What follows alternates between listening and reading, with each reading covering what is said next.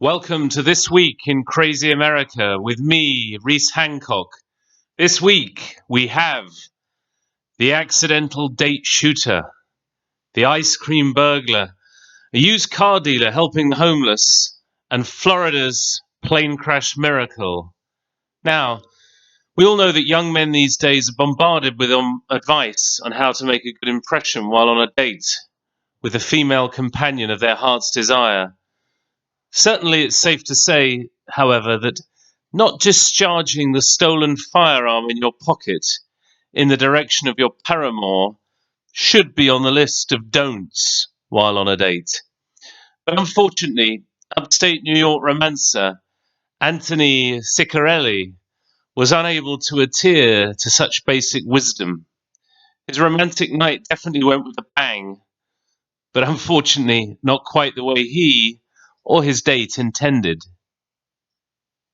Meanwhile, down in Delaware, the lure of ice cream proved a young man's undoing for a second week running in Crazy America.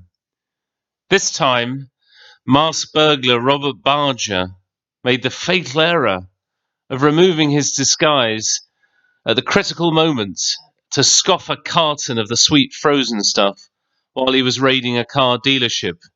That was just enough time for the CCTV to capture his mug. Game over. Now, we know that we all need cheering up in these days of a global pandemic, and the heartwarming story of a used car dealership in North Carolina certainly does that. Kipling Automotive in Charlotte embraces its mission to help the homeless. In fact, it does that every bit as much as its core task of selling you a rickety jalopy. General Manager James Charles at Kipling is an inspiring fellow, and he's definitely Crazy America's hero of the week. Now, another story to cheer the soul, but in a slightly different way, was an elderly female driver who summoned the vim and vigor to lead cops on a crazy chase across not one, not two, but three western states. The sprightly 71-year-old sped across Utah, Nevada, and Arizona before police finally took extraordinary measures to bring her to a halt. Finally, you have to be astounded by the miraculous escape of a father and son from a plane crash in Florida.